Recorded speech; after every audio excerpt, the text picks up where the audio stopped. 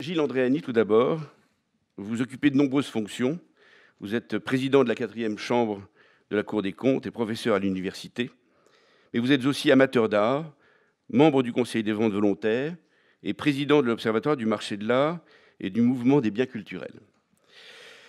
Vos connaissances juridiques alliées à celles de notre milieu m'amènent à vous poser les questions suivantes. Qu'attendez-vous de la part d'un expert en art? Et pensez-vous que, dans les conditions juridiques actuelles, il dispose de tous les moyens pour effectuer ses missions? Oh, ici.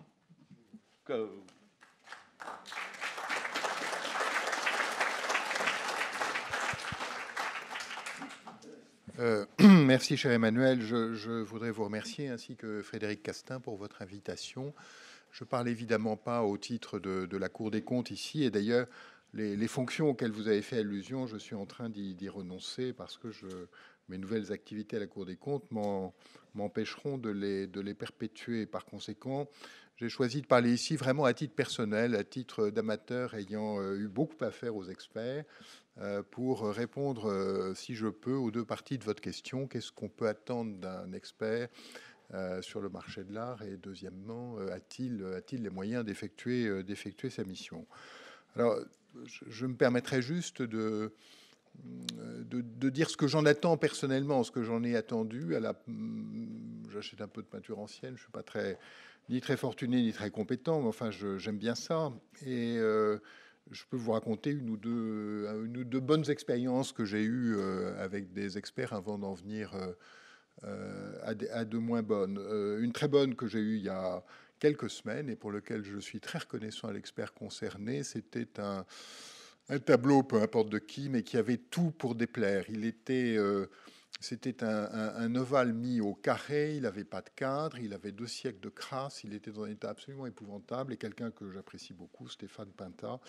J'avais très envie de ce tableau parce qu'on voyait quand même qu'il y avait une vraie composition, un vrai intérêt derrière, et Stéphane Pinta m'a convaincu que l'état était parfait sous la couche de crasse accumulée. Et ça, j'aurais pas pu le voir moi-même, si vous voulez. Donc, c'est un expert qui m'a, en l'occurrence, rendu service, puisque le tableau est en cours de restauration, mais il est en effet magnifique. Une autre expérience que j'ai eue, c'était absolument rocambolesque. Un avis dans la Gazette de Drouot sur un très joli tableau, une très jolie nature morte hollandaise de Joris Vanson, une composition tout à fait originale, 2 prunes blanches, etc., avant Internet, et revendu sur folle enchère à Bar-le-Duc le surlendemain.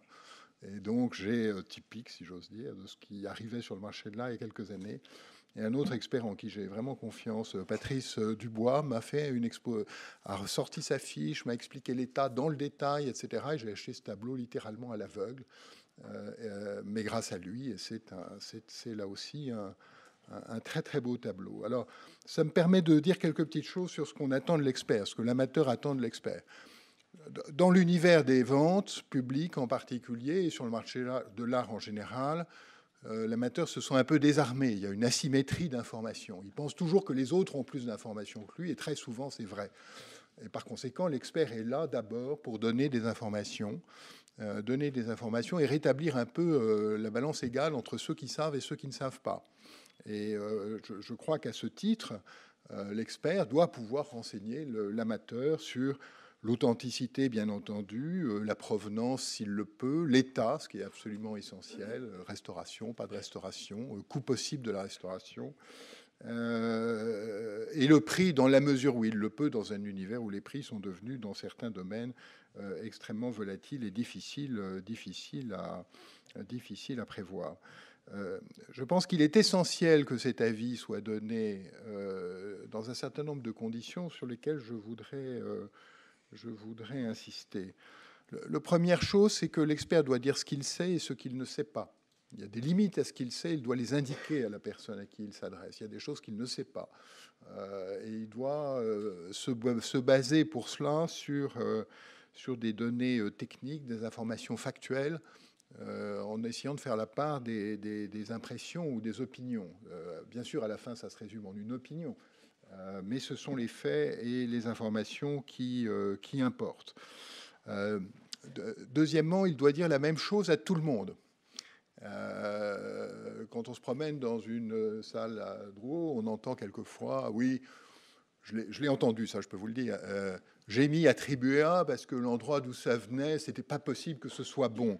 Mais en fait, il est bon. Ça n'empêche qu'il reste attribué A dans le catalogue et que le vendeur dans cette affaire se trouve lésé, à supposer que tout le monde n'ait pas entendu ce qu'a dit l'expert à ce moment-là. Évidemment, ça n'est pas le cas. Donc, il faut dire la même chose à tout le monde et pratiquer une certaine dose de transparence dans l'information qu'on révèle. Enfin, il faut que cette information soit désintéressée.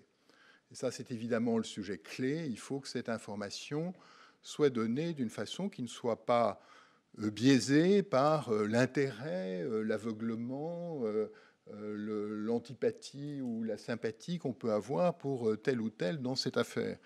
Autre exemple, pas très bonne expérience, je vois un tableau un jour dont je pensais que c'était attribution tout à fait médiocre, entourage de Yann David de M, ça voulait rien dire, et je pensais que c'était quelque chose de mieux. Et en fait, c'était quelque chose de mieux, puisque c'était un Peter Klaas qui s'est retrouvé vendu 10 000 au marteau à Drouot, et 6 semaines après, 60 000 livres chez Sotheby's, comme Peter Klaas. Et je n'avais pas parlé à l'expert de Peter Klaas, je sais quand même mes limites, mais j'avais dit c'est quand même pas mal, c'est vrai que vous en pensez, non c'est très mauvais, c'est pas pour vous, oubliez-le. Et quand j'ai raconté cet incident à un ami qui connaît bien le marché et l'expert en question, il m'a dit il avait peut-être un client. Ça c'est pas très bon si vous voulez, je ne sais pas, je ne dis rien parce que je ne sais pas si c'est l'incompétence ou la malveillance, mais il faut être désintéressé. La curiosité m'a pris de regarder dans le thésaurus de la langue française le mot expert et le mot expertise. La première chose sur laquelle on tombe à expertiser, c'est une citation de Clémenceau qui dit « Personne n'avait encore eu l'idée de faire expertiser l'écriture pour la comparer à celle du bordereau ». C'est évidemment celle de l'affaire Dreyfus. Et c'est Bertillon qui a fait l'expertise. L'inventeur de l'identité judiciaire est un des plus grands experts judiciaires de son temps. C'est pas que c'était un mauvais... Vous savez tous ce qu'il était devenu de cette expertise, c'est-à-dire que l'écriture était tout à fait dissemblable, les deux écritures étaient tout à fait dissemblables, et Bertillon a tiré argument de l'absence de ressemblance pour accabler Dreyfus, en disant il n'y a pas de ressemblance parce que son esprit machiavélique et tortueux de traître lui a permis de dissimuler son écriture. C'est pourquoi c'est bien son écriture, même si elles sont profondément différentes. Quel est l'exemple extrême de ce qu'un expert, même compétent, peut dans un cas pareil, donner un avis, j'allais dire, totalement déformé par l'intérêt, en l'occurrence, la haine qu'il portait à Dreyfus. Donc, avis désintéressé, des faits plutôt que des opinions, des informations, dire la même chose à tout le monde. Bon, moyennant quoi, au total, les experts jouent un rôle fondamental et utile de compensation de cette inégalité d'information sur le marché de l'art. Ils ne peuvent pas résoudre à eux seuls tous les problèmes du marché de l'art, mais ils peuvent y contribuer de façon importante. Emmanuel a fait allusion à la fonction de conseil. Elle est pour moi un peu différente de la fonction d'expertise. Elle est utile, spécialement pour les vendeurs qui arrivent avec un objet. Où est-ce que je peux voilà ce que c'est, où est-ce que je peux le vendre, est-ce qu'il faut le passer en vente ou le vendre de gré à gré, etc. C'est une fonction très utile. Pour moi, elle est distincte de celle d'expert. Elle peut aussi bien être le fait d'un courtier ou d'un marchand. Disons, c'est un prolongement utile et qu'il faut en effet faire connaître de la mission d'expert. Ça ne fait pas nécessairement partie de cette mission. Alors, est-ce que l'expert a les moyens de faire ça? Je dirais, et ça c'est la conclusion à laquelle je suis arrivé après quelques années à m'intéresser au marché de l'art, c'est un métier difficile. C'est vraiment un métier difficile, pas seulement à cause de la responsabilité de 20 ans, pas seulement à cause de la difficulté intrinsèque de se prononcer sur certains objets, mais à cause de tout l'environnement, j'allais dire, humain et professionnel dans lequel s'exerce cette mission. Il faut détromper le gogo qui pense qu'il a un Rembrandt, il faut aiguiller l'acheteur sans aller au-delà de ce qu'on peut raisonnablement lui dire. Après tout, c'est à lui de décider à la fin des fins. C'est un métier qui réclame, à mon avis, beaucoup d'arbitrer entre beaucoup de contraintes et de préoccupations différentes. Alors, sur le plan juridique, il est tout à fait clair que l'expert est aujourd'hui, j'allais dire, un spécialiste. Il n'est plus ce que toujours mon dictionnaire décrit, le trésor de la langue française, défini au mot expert, spécialiste habilité auprès d'un tribunal ou d'une instance quelconque à émettre un avis sur une question exigeant des connaissances spéciales. Bon, il reste de cette fonction l'idée du statut, l'autorité que Emmanuel a rappelé du mot expert. Lorsqu'il se prononce, ça impressionne et ça résonne. Mais il est sur un marché avec, disons, des acteurs comme les autres, et il doit y faire sa place en s'y imposant par sa qualité et sa réputation. On ne recréera pas, je crois, un statut d'expert. En revanche, il doit être, je crois, dans une position d'exercer convenablement son métier. J'ai parfois de la peine en songeant à ces catalogues à 300 numéros pour lesquels on se demande si l'expert a eu vraiment tout le temps d'effectuer ses diligences. Des diligences, bien sûr, qui ne sont pas les mêmes pour un objet à 500 € et une œuvre exceptionnelle, mais il y a quand même un minimum à pouvoir effectuer, et c'est pas évident que les conditions actuelles d'exercice de ce métier permettent de le faire toujours de la meilleure façon. Alors, faut-il laisser le métier d'expert dans ses relations avec ses clients et, disons, un processus de sélection naturelle à la fin des fins? J'ai cité deux noms. Certains experts se détachent et s'imposent par la confiance qu'ils inspirent et la qualité de leur travail.